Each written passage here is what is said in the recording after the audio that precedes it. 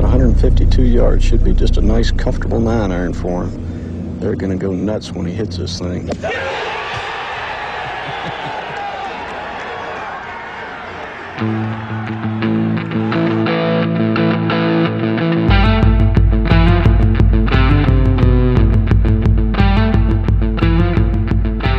Yesterday's price is not today's price. Yo. Welcome in, golf fans. It's Sony Open Week, and I'm here with a special guest to provide a comprehensive preview of the tournament, of the event, give you what we see are the best values on the odds boards. I'm Joe Idoni. Welcome to the Preferred Lines podcast.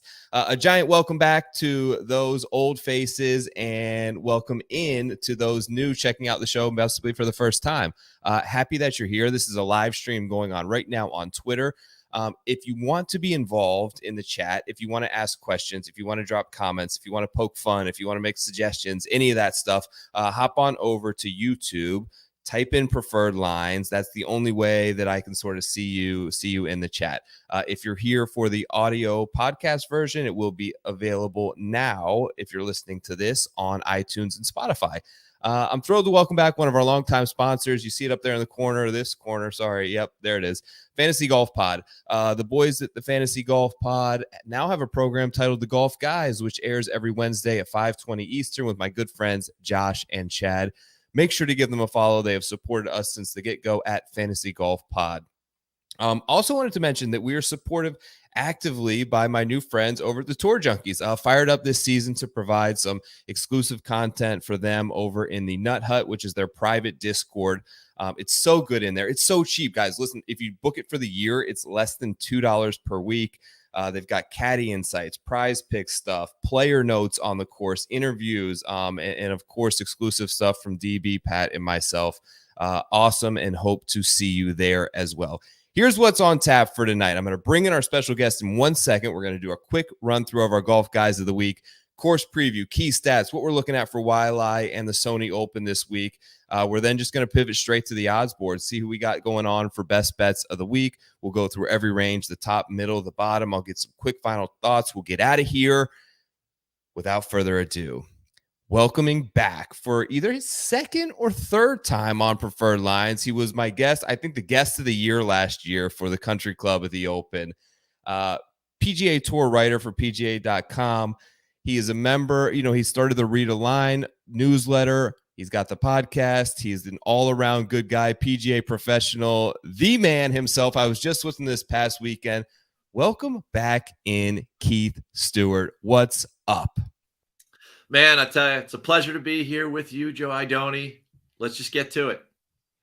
Yeah, dude. So how about our weekend, man?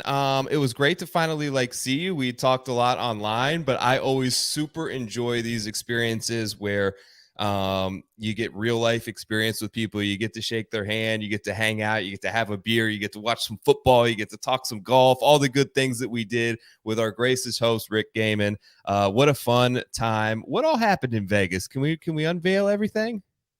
Well, I'll tell you, it was a whirlwind trip for me because I got there Friday night and I don't think my body ever adjusted to West Coast time because I took the red eye back and arrived this morning at 6 a.m. in Newark Airport. So yeah. It was a whirlwind, but live draft at the Wynn Casino with you and the boys on Saturday, Shadow Creek on Sunday. Boom, back on the jet. I'm back here East Coast, ready for Preferred Lines. Just amazing. That's so sick. I missed out on Shadow, regretfully. Brian, I understand your pain. I've kind of got the ship over here on, but hopefully I appreciate you making some time for us on the side. Yeah, man. What was your favorite moment? I got to say, the whole you're a host for ESPN Radio. I've never had the experience, Keith, like what we had in Blue Wire Studios. Oh, yeah. 40 cameras, I think Rick said. You've got people physically working there, hooking up your headphones and your mics and making sure everyone looks good and correct. We had everything except someone to do our own makeup. That was on ourselves. But what a cool experience. I felt like I was on SportsCenter. That was a pinnacle golf content career moment for me. What about you? There's no doubt that obviously the live draft was the whole reason for being there. Don't get me wrong, playing golf yesterday was tons of fun, but to get all of us together in a room and to create what we did And I've watched it back since then, and it's just absolutely phenomenal. If you haven't checked it out yet, you got to go over to Rick Rungood's YouTube channel. You got to check out, the live draft.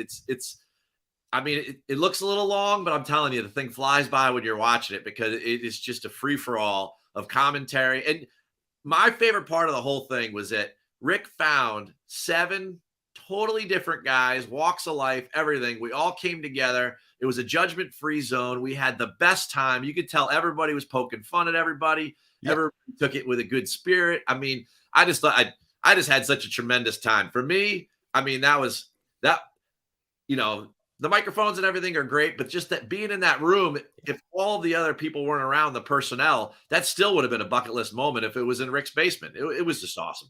Yeah, totally. 7 guys who just like got along perfectly. We had Sobel, who I know, obviously Steve Hennessy, who I met for the first time as well. We had Tom Evigan, who was like the best, right? He was an amazing, like super gracious host, took care of us. He's a managing partner at RSM, just all around good guy.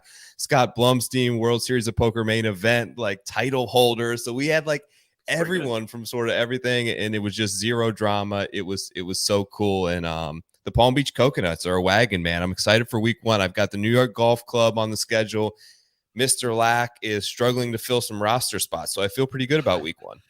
Well, I tell you, coming out of the draft, everybody was talking about it at Circa. It was up on the big board. Yep. There's a big board there, but the Palm Beach Coconuts are early favorites. We love our draft. The only place you can go from here is down, Joe. So no pressure. All right. Check that out now, guys. It's over on Rick Rungood's YouTube page, of course. That was a ton of fun. It was really exciting to do. But let's first, before we get to this week, let's talk a little bit of the last week. So I do this thing, Keith. It's very informal. It's very casual. Golf guy of the week. I'll do mine first, and then I'll see if you maybe have one. I'm interested in your opinion on this as a PGA professional. But mine was JJ Spawn. I loved just the look going out there, full button down. He basically had the shirt that you're wearing on right now on a golf course. I thought it was cool. I'm totally for any of these sort of any way to I don't know, just be different and be exciting and be fun into the game and inject a little bit of enthusiasm and fun in there. And I thought that was very cool to see. I think that if Puma has that shirt on the website up right now, it will probably sell out. The majority of people, I think, loved it. What about an old ex-PGA pro? What do you think about that? I love it. I'm all for it. A little known fact, if you go back to the Better Than Most putt, Tiger's wearing a full button-down white with black vertical striped shirt. That is a full button-down shirt. Go look at the videotape. Now, he has it tucked in, which is awful, right? But not that he wasn't going to tuck it in back in 2001. But I love that Spawn just let it hang out. I love that. I mean, everything that's happening in golf right now makes it more and more popular by the moment. And as a PGA pro trying to, with all due respect to Greg Norman, we're actually trying to grow the game. I love it, JJ Spawn. In some way, he's going to find his way onto my card this week just because of that. I love it. You got anyone come to mind for you when I say golf guy of the week from last week? There was a guy I was rooting for, and I'm going to go with Stephen Sweeney. And some of your fans may not know who that is, but that is the recently hired putting coach of Colin Morikawa. Now, here's the thing. I had Morikawa last week. Things didn't work out on Sunday. It is what it is. I promised myself I wouldn't talk about it. But a good golf guy, he did some wonders with the putting. The putting wasn't the problem on Sunday, Joe. Right? So signs of life there. If Colin starts stroking it like he did for 4 days there, I think that overall, this guy, Stephen Sweeney, he's going to become a name. So he's my golf guy of the week. People probably don't know him, but now they're going to. Good stuff. Yeah, I'm sure we'll talk about what happened a little bit. I kind of want to move on, to next week. I'm going to go through a little bit of what I see, Keith, for Sony. Okay, and you tell me where I'm right and where I'm potentially wrong. So a little bit of course preview, event preview, and key stats. Waialae Country Club, we're very familiar with it, just a smidge over 7,000 yards. What I would consider, and you could probably challenge me on this, is it feels kind of like an old school golf course. Seth Rayner, original design.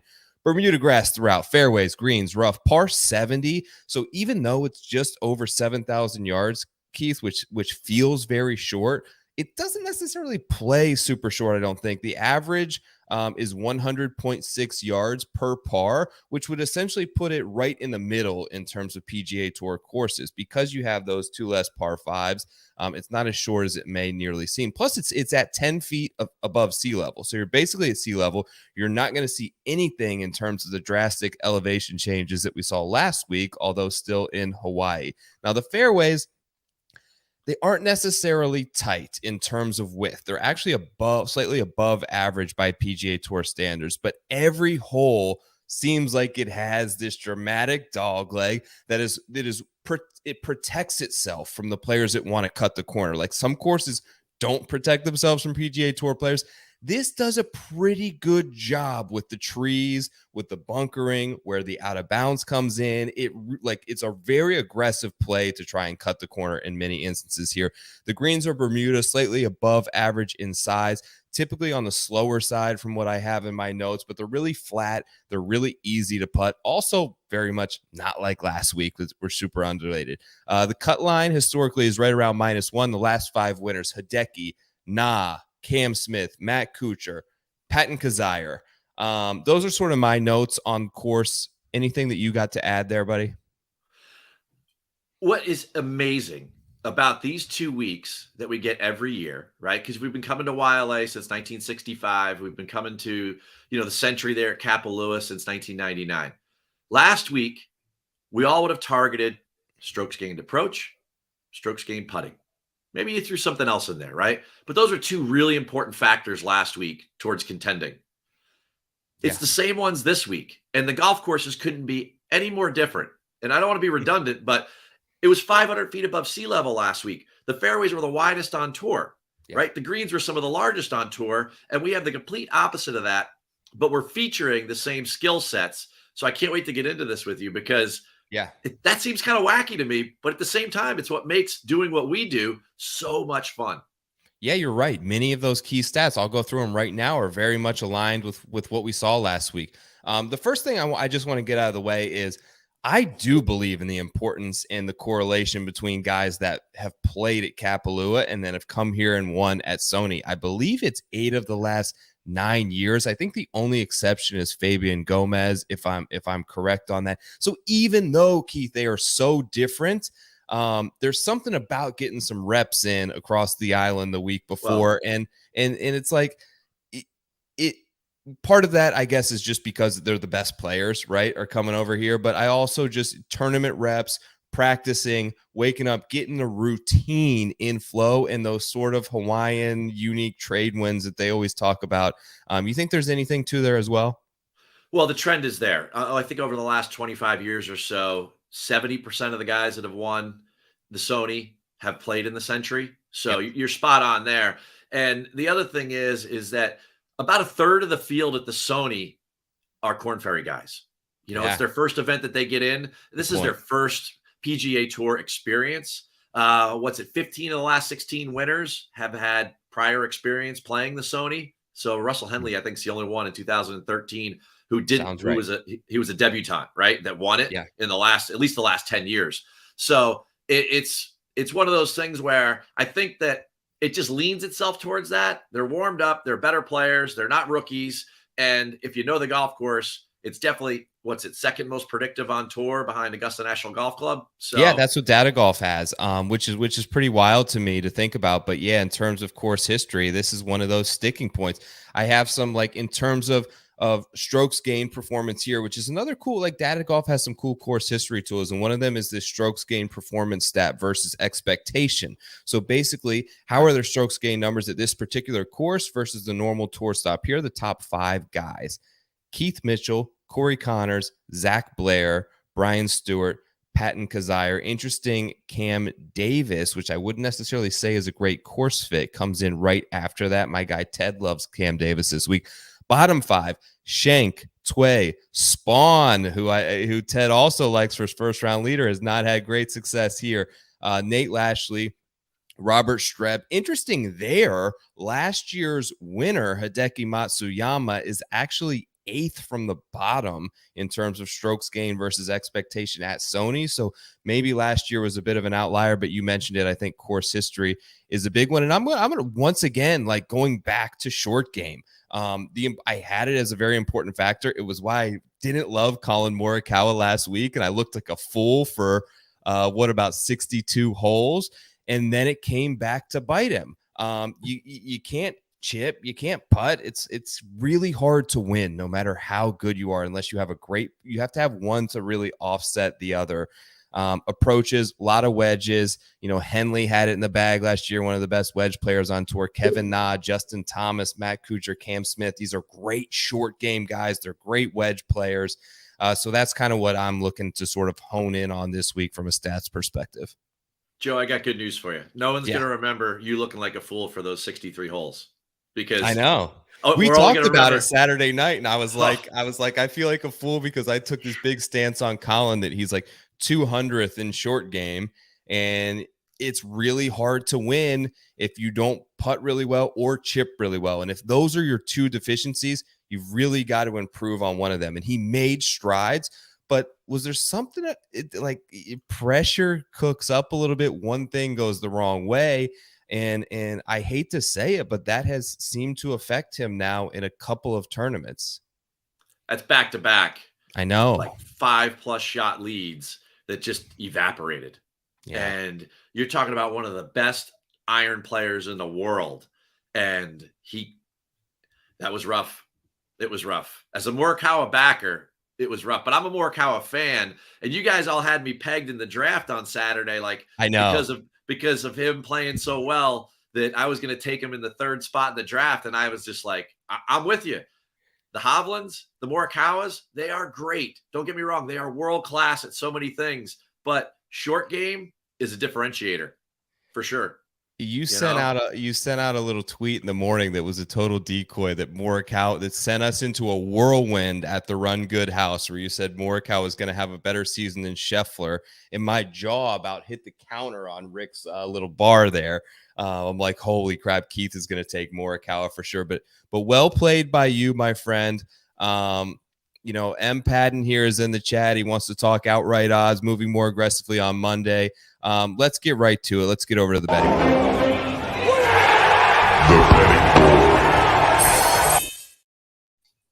All right, buddy. Here's what we got this week.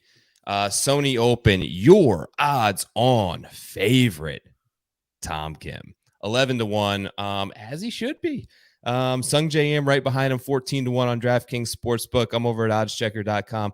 Jordan Spieth, 16-1 unanimously across the board. Then we get to Brian Harman and Hideki right there at 20-1. Those are the top 5, Keith. Any interest in any of these guys for you? From a betting perspective, no, but this is Tom Kim's tournament to lose. He's obviously sharp, top 5 last week. His lack of length that everyone makes a big deal about perfectly suits him for all the dog legs here. He could definitely, I saw him at the President's Cup. He could draw it with the best of them. He could bleed it right, left to right. But when you look at the closing holes, this is really important. And it's something that Russell Henley struggled with last year. 4 of the last 5 closing holes are right to left tee shot. So it's a drawer for a right-hander. Okay. Yeah. And the only one that's not is a par 3. So basically you've got to seal the deal by slinging this thing.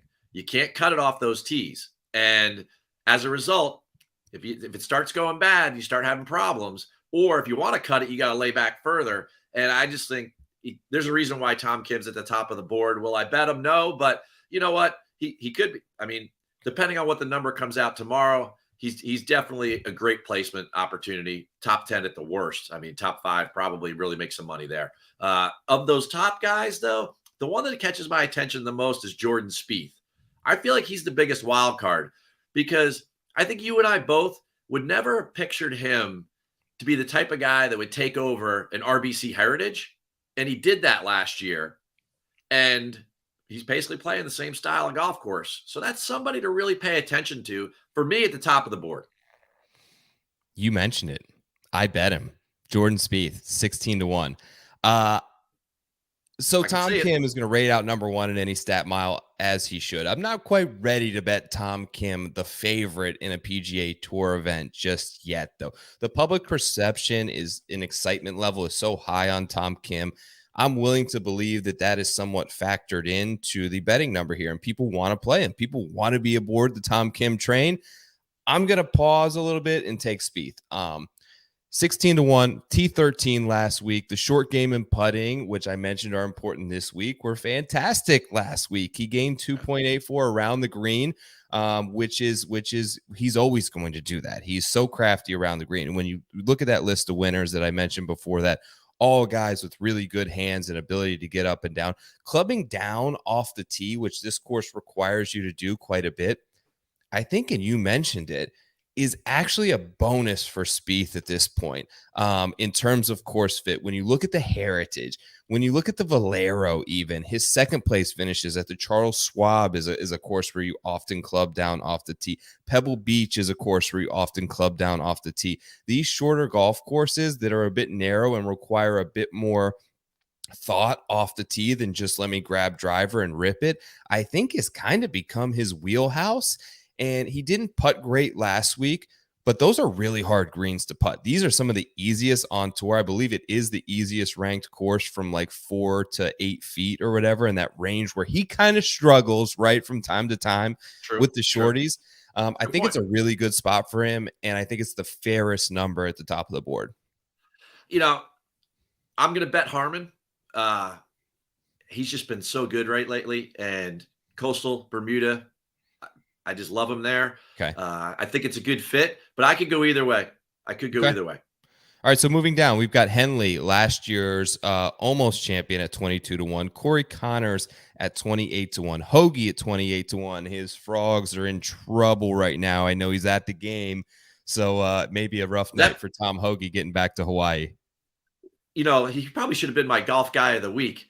He plays in the Century. He flies to SoFi. He's watching his national championship game. He's flying back. Does that bother you at all when it comes to Tom Hoagie? That he's jet setting around like that? Positive for sure. Like he's gonna have a good time tonight. His team's getting crushed. I think that I'm glad that he had reps. I'd rather see him play last week, and then but going back and forth to Hawaii is not easy. So it's not a positive thing by any means. Fair enough. Horschel, 35, big number on Billy Ho. Taylor Montgomery, 35. Cam Davis at 40, who our guy Ted likes. Keegan at 40. Keith Mitchell at 40. KH Lee at 40. Mav McNeely at 40. Any thoughts on the mid-range? Just one cool thing, Billy Horschel. And I loved him coming into this event last week. But did you see what he did at the Century? He really flipped it around quick, huh? Well, he shot 3 over in the first round, Yeah. and he DFL, and then he came back and he finished in the mid-teens, and he shot, I think, like 16 under the rest of the way in 3 rounds. That was pretty solid, all things considered. Sorry, I'm going to name drop for a second, and it's not a name that I know, but yesterday we were playing golf, home golf course for Taylor Montgomery. This is where I'm going with this, okay? We get up on the first tee, and the caddy is talking smack or whatever there at Shadow Creek. And he says, hey, if anyone's interested in the course record, it's 7,500 yards back there, and it's 60. To which Rick goes, oh, that was Montgomery just like a little while ago. He said, yeah. I said, well, I'm good with where we are. Let's just go play golf, whatever. So we play this golf course. It's tight. The green complex is severe, like super severe. The hardest part of the whole golf course, and there were a lot of hard parts, were the green surfaces themselves. If this is where this guy practices all the time, it's no wonder he's a great driver of the golf ball and he's a great putter. I love Taylor Montgomery coming back, and the guy's already made $1.4 million on tour this year, and he's a rookie. So I know it goes against the trend of he didn't play the Century and he's a debutant here, but you got to pay attention to this guy because the way he played in the fall, I'm going to throw him on there. And I think the winner's going to come out of that 30-something range. And that's where I'm really going to go heavy on my outright card. And I really like him. Yeah, there's no reason not to, right? He had such a good fall. Incredible. There's another guy at 41 who had a pretty damn good fall as well. I took a little bit of KH Lee. 7th last week out of nowhere at the Yeah. Century. 3 top fives in the fall was great as well at the President's Cup, I thought. Was phenomenal with the short game last week, which has really started to become his strength. Plus 5.27 strokes gained around the green and on the greens. Maybe a lack of a little bit of pop off the tee, I think, won't necessarily hurt him here. I love that he played last week. Like I mentioned, it's what I'm looking for kind of in a lot of these guys, and just checks a lot of boxes for me. I know it's not a TPC course, but I think it kind of can fit some of those similarities if you look outside of the first 3 initials in the start of the golf course where he can play well. How about Killer Keith? Great course Yeah, history. that's your boy. All right. Love it. Love He's him been too great in this here. range. Love. I do love that KH Lee. So for me, at the end of my card, it was between KH Lee and Keith Mitchell, and I went with Mitchell. But honestly, I could have flipped a coin at that point. I mean, both of those stars are aligned there for sure. Yeah, I mentioned that course history, strokes gain numbers. Keith Mitchell, number 1 in the field in terms of a course history standpoint. Moving just down the board, Keith, I'm just gonna stop right here because there was a 50-1 hanging with your boys over at Bet Online this morning that I snatched up real quick. Adam Scott can't be 50-1. He's 45-1 now. He doesn't belong in the same realm as KH Lee, as Mav McNeely, as JJ Spahn, as Emiliano Grillo. He is on a different level from a talent and a skill set standpoint that I just can't ignore. So he passes the complete eye test. I think he's poised for a big bounce back year. He was dealing with a lot of stress behind the scenes last year, and I've heard it from a number of people that are close to him. The stress that went on with Liv, and he had a really tough decision to make because he sees some fellow Aussies go. Obviously, Greg Norman is running the show. Relationship between him and Greg Norman, I've heard, is not good, to say the very least. But there was obviously some thought that he was very open about putting into this thing. And does he want to play 25 times a year? I think all of that kind of put aside, he's going through a little bit of a caddy change. Him just playing is a good sign for me in back-to-back weeks. So it's coming off some decent form too from the fall, actually. 5th at the St. Jude, 5th at the BMW, 2nd at the Australian Open, which was a little less than a month ago. The ball striking numbers were fantastic last week. He putted terribly, but this is a much easier course to putt. Give me a 50-1 on Adam Scott in this field anytime. I got to agree with you. It seems like he cares. And that guy, his talent level is way above that number. If you look at all those names on your screen right now, Adam Scott, there's only one other major winner there, right? And that's Keegan. Yeah. Right? I mean, look, we were all sitting around the table at the Circa, and me and Tom and one other person, I think it was Steve, we're just fooling around looking at Masters odds. And there's one bet that I took and have a ticket with that came home with me back to Florida, and that was Adam Scott 100-1 at Augusta National. I believe that he still has every bit of pop in the bag. He still has the elite ball striking. His putting, since going to this longer putter, is volatile, but can show definite spikes. And it's just kind of an anomaly that he hasn't won like once a year, a couple times since that win at the Riv. He should have probably won the Wyndham. He's had opportunities, and I just think this is a good number and a good spot for him. Have to agree. Moving down the board, Grillo, English, Kim, Putnam, Poston, Kuchar, Smalley, Bezadenhout, McCarthy, Woodland, Kitayama, Hughes. These are all guys in that sort of 45-50-1 to like 70-1 range. Still, I would consider sort of middle of the pack here. Some decent course history guys, some guys who have lost a little bit of form over the past year. Anyone in there for you that you have some interest in? From an outright sense, no. It's Okay, a little bit too far down for me, but I'll definitely would tell you there's some names there because we won't see the placement odds till probably tomorrow, but there's some great course fits there. Guys like Alex Smalley, Andrew Putnam, certainly if you're talking about short game, one of the best in the world, Bezadenhout. Yeah. Mac Hughes, he's obviously playing well. He played the Century. The guy can putt it.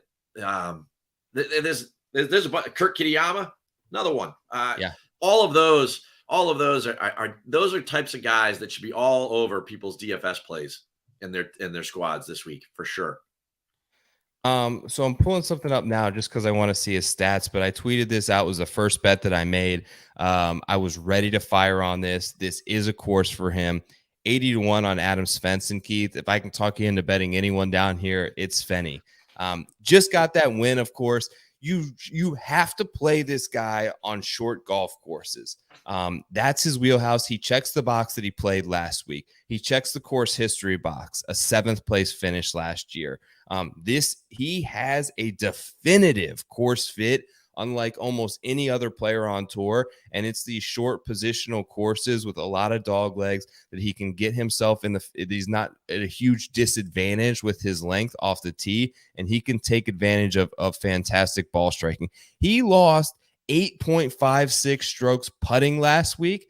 Sounds impossible. He does it quite often, but he also flips it, Keith, at the RSM, which is a very easy course to putt by PGA Tour standards. The green complexes there are not overly difficult. He gained 9.16, won that event to end the fall swing. I think these greens are a lot more like the RSM Classic than they are like the Century or Augusta or these crazy sort of undulating surfaces where he's got to put a lot of read into it. I just love the fact that you're getting a really accurate player, a flusher with his irons, a great wedge player, and the opportunity for a bounce back putting performance at 80-1. Guy who played last week, take him. That's why I love Harmon, right? Yeah. It's Sea Island. It's the same style of putting. It's that coastal Bermuda. It's wicked grainy. It's just you have to have experience with it. And when you look at it, the greens themselves, when you're in those windy places, they can't make them super undulating. You're right. So the plantation course, of course, guys that are poor putters like Svensson, they're gonna putt well at Sea Island. Those two golf courses, they're very wind affected. The greens have to be somewhat flat, and great point. That helps. That helps. Just going down here, I'm going to rattle off a couple names. Brendan Steele's got great course history here. Obviously, Webb has great course. Let's talk about Webb Simpson real quick. Yeah, my eyes were drawn to that real quick. 81, I'm kind of drawn to it too, man. I mean, it was like a spot where he would come in the favorite to this event 2 years ago. Had an awful year. Basically, since he had COVID, he hasn't come back very well. But if you look at his course fits, here's another guy with a pedigree of Wyndham, of RSM, of these type of coastal Bermuda places that aren't overly long. This place fits it to a T, and I think there's even some books out there where you can catch triple digits. Is there a chance? Have you heard anything from your guys that like maybe he's poised to have a little bit of a bounce back year? So I spent some time with Paul Tesori, who's his caddy at the President's Cup, because he lives there in Charlotte, and obviously so does Webb. And we talked about it a little bit off camera, and he just said, he was struggling with some things. And, when you think about it, you went through like his course history. The stat strokes gained par fours was created for a guy like Webb Simpson, right? I mean, that's his wheelhouse, and that is this place. I love the fact that he's 80-1 or 100-1, because that means I'm just going to pound him in the top 40 market, because they'll have a number there that we can play. And there's a really good chance that we could do something there. You can't bet everyone outright. And I know this is an outright boards type show, but like, I love when Tuesday comes up and I see these names down here, like a Chris Kirk, right? Yeah. Course history, amazing. Wedge player, amazing. Same thing with Webb, Brendan Steele sitting there. I mean, those names right there, those are guys that have been out on tour a long time. They don't get nervous about being in contention or anything like that. They're just playing their game. They're comfortable with who they are. Those are great guys to look at, especially, if you want to go eat at lunchtime and you want to go long shots, you're bringing up the right names. Webb Simpson would be the guy to take a flyer on for sure. And there's some young guys here too that I like as well, besides Kirk and Simpson and Todd, sort of the old crafty veterans. You've got Yeager, Gordon, Sig, Shelton, all guys who played really well through that fall swing, who are, I think, super incentivized to have really, a lot of players have used this last month, I think, in different ways. And I think that it's unfair to try to put too much judgment on something I don't know, but I am confident in these sort of young players that they have been super motivated, that they have understand the importance of FedEx Cup points, even more so this year, and sort of being able to stack some points and put them in the bank early in the season in a field where maybe you don't have to go against Cantlay and Rory and Xander and Finau. This is an opportunity for them that they really have to understand and take advantage of.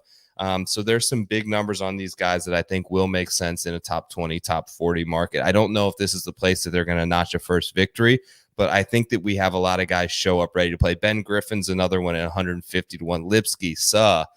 There's a lot of guys here that want to get off to a hot start for 2023. Ben Griffin's got some unfinished business from Bermuda. Yeah. I'm telling you, right? Really blew that, huh? Coastal Bermuda grass, right? Wind affected area. Type of golf course, right. Flat greens where you can make putts because, out there in Bermuda, you can't create greens like they have, at some of these places that we go see, like Detroit Golf Club or something like that. It's just not going to happen, and I love Ben Griffin this week. Yeah, my boy PGA Tout loves the dogs this week. The dogs are currently rolling. I don't normally have the TV on over here because I don't want any lighting, but 31-7 in the national championship. It's a blowout. TCU's had some big comebacks, but my guy John loves the dogs. Hey, big shout out to Tout. He's the best for sure. The best course preview in the game. PGA Tout right over there for the lines. Yeah. Anyone moving down here? I'm kind of flipping through, Keith, but do you see anyone here that is worth talking about? Well, again, from an outright sense, it's just at this particular time on the PGA Tour and what's happening, right? You just brought it up there. The FedEx Cup is really starting to matter, right? Before, when it was 125, a lot of these guys that are very good, that's maybe a player like a Will Gordon or like an Alex Smalley or an Adam Svensson, they knew that they could play good enough to get into 125. They're about to go through a 34-week cut because when we get to, the first week of the playoffs, it's now 70. It's not 125 anymore. So there's a lot more pressure on these guys to perform week in and week out. So I believe when you start doing your lunchtime long shots, a lot more of these guys are going to be incentivized to work harder more often. And I think those conversations are going to develop more. Week one, after 5 weeks off for a lot of these guys, I think it's a tough conversation to have. And I think that's kind of like we're going back and forth, kind of looking at each other funny, like, there's only so much we can do here. But at the same time, as we get into some of these non-designated events, the Honda, your favorite, right? Who's going to show up there? Some great Bermuda grass putter that was really great on Corn Ferry, and the guy's going to blow it away with ball striking. Those types of situations, because to get to top 70 is going to be really tough. We know who half those guys are already. So there's only 35 spots left, and there just won't be enough room for all the Svensons and Smalleys and Putnams and we could keep going on, Gordons and Sheltons, and Siggs and Hodges. And we have our favorites, but there's going to be relegation. It's going to be a lot of fun to watch. And these conversations are only going to get more and more intense on the weeks where it's not a major or it's not WMPO or something. I just can't wait to keep having them. Same with me, man. I had an absolute blast hanging out with you this weekend. It was an honor to meet you. Thank you again for coming on the show. Tell everyone two things, all right? Where they can check out some of your content this week, and two, one name, who wins the Sony? Who wins the Sony? All right. You can always go find my content. The primary source is readtheline.com. You can subscribe for free. If you want to throw me a couple bucks a month, then you get the full detailed, all the fun newsletter that comes out. I'll be on SI, Sports Illustrated. You'll see that come out tomorrow. We're starting with the sporting news this week. One of the things I love to do, if I could just mention this for a second, Joe. Yeah. I love to handicap the LPGA. Oh, you're the best at it. Please mention it. And they start next week. So I'm traveling down to Orlando. LPGA, got a contract with them. We're going to partner up. I'm going to start doing official women's betting content with the LPGA. That's actually news right now. So there you go, right? That just happened on Preferred Lines. Kind of got caught up and had to say something there, and now I'm saying it. So that's the real deal. We're doing it. And that's only going to just double the fun, really, when it comes down to it. And there's bigger and better things coming. Readtheline.com. Go check it out. You can always hear me on the radio. Those other sites that are there. And I'm definitely always on social media having some fun, certainly with you guys. And I will say this much, Joe Idoni. I mentioned this to everyone that I had a chance to talk to this weekend. You are the absolute most genuine, best guy in this whole betting ecosystem. And I'm so happy you and I are friends. And I can't thank you enough for having me on for, I don't know what number time this is, but you know me, I'll come on with 5 minutes notice, and we'll just have the best time. We always have that one bond that you and I know we have. And as a result, I can't thank you enough. A little mini wooden stick. That's it, man. Yeah, That's buddy. it. Old lax guys. Hey, don't think for a second that T-shirt you're wearing doesn't go unnoticed. All right, so thank you.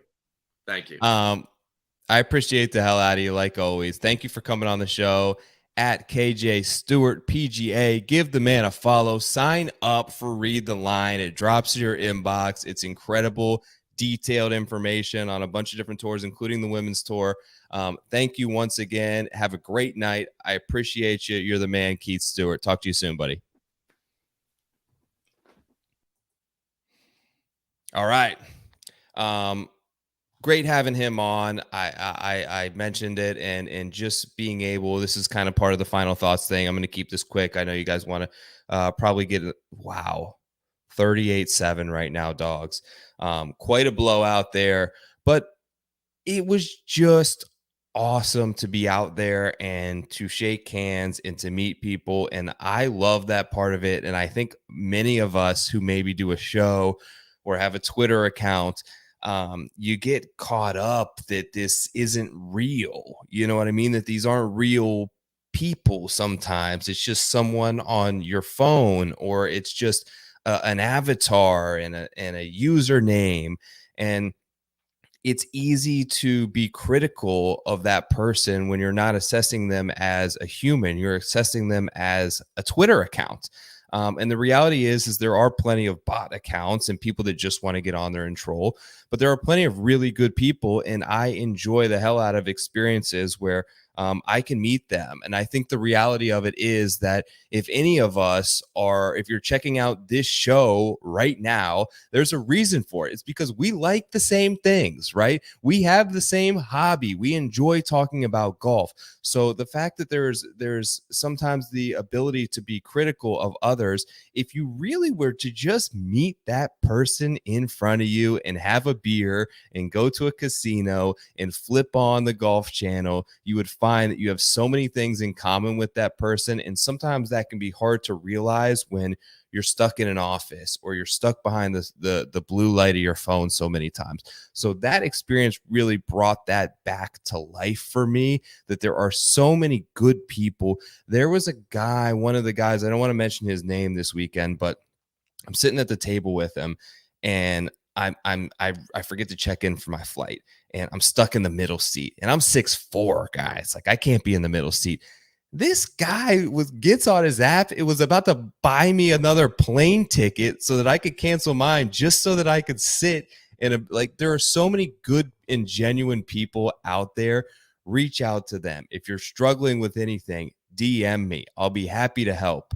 I really appreciate genuinely all of you guys who take the time to check out this show. If you did so, would also appreciate a like and a subscribe. I'm really trying to get those subscribers up on the YouTube page. So if you're just watching this on Periscope or listening on iTunes, if you could take 3 seconds to go over there and hit that button, that would mean a lot to me. Thank you all for checking out Preferred Lines once again this week. Best of luck at the Sony Open. I'll talk to you all next week at the Amex. Peace.